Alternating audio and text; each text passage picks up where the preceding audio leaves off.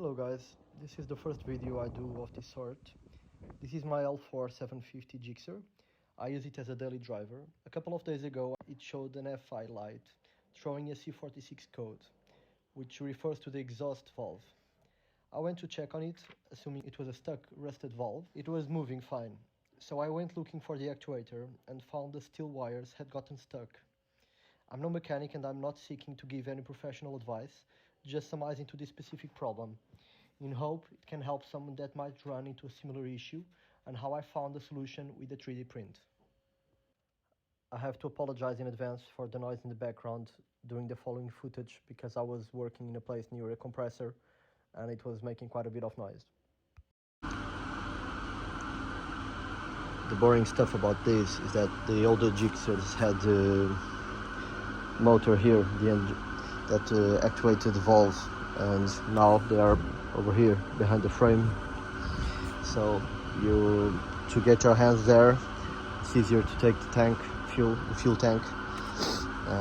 Sorry for my English because I'm not native. Yep.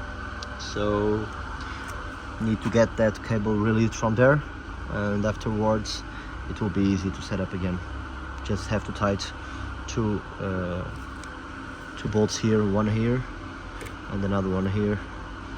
They go into the frame on those supports. Also, I haven't showed you, but there is this bracket that goes here, over here. Basically it keeps this tube guides into place, attached here. So I had to release it from here so I could move this cable around. So it's pretty stuck. I don't get any movement here. I mean, it's stuck underneath over this one, so I don't have any slack.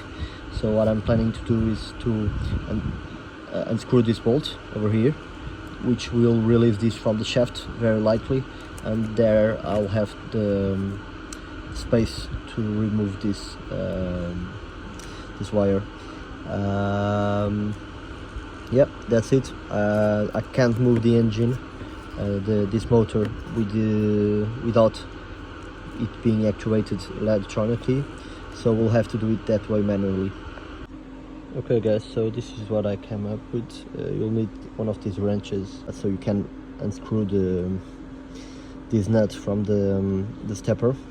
Otherwise it will rotate the stepper. Just to be clear, this is just to hold the shaft, so the stepper won't unscrew. And it's moving.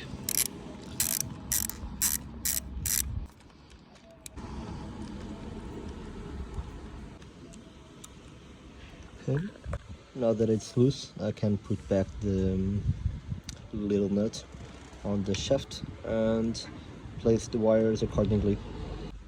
Since this motor has quite a bit of torque and I don't have a small Torx wrench, I will be applying a bit of Loctite to the bolt, so it is less likely to unscrew with the vibration and the torque applied to it.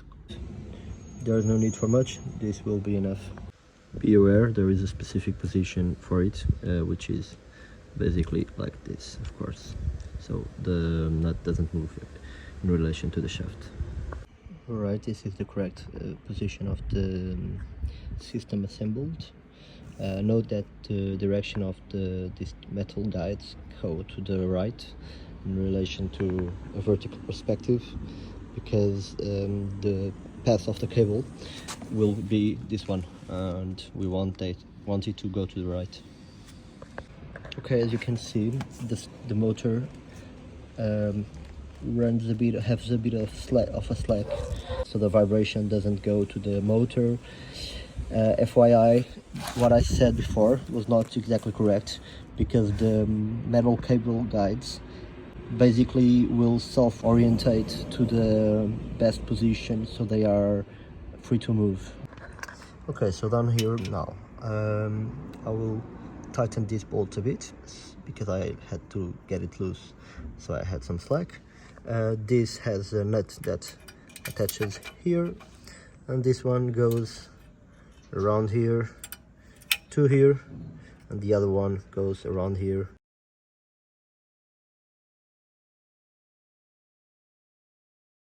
to here.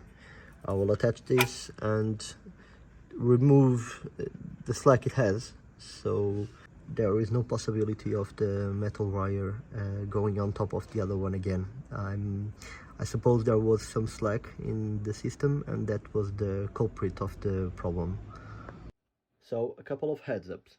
Be careful when unscrewing the actuator shaft, so it doesn't force the gears and ruin some of its teeth. Unfortunately, I wasn't that careful and it moved. So, upon reassembling everything back together, I was getting an annoying noise of the gears, jumping some teeth. To be able to keep the valve working properly, I had to come up with a solution. So, I grabbed Fusion, took some measurements, drew a replica, and after a few iterations and failed prints with some ASA filament, I was successful and got a working gear. Went to the bike, lubricated the new gear with some mechanical grease, and voila! No more FI lights and no more clicking sound. Hope someone finds this video helpful or enjoys watching the process of getting it fixed.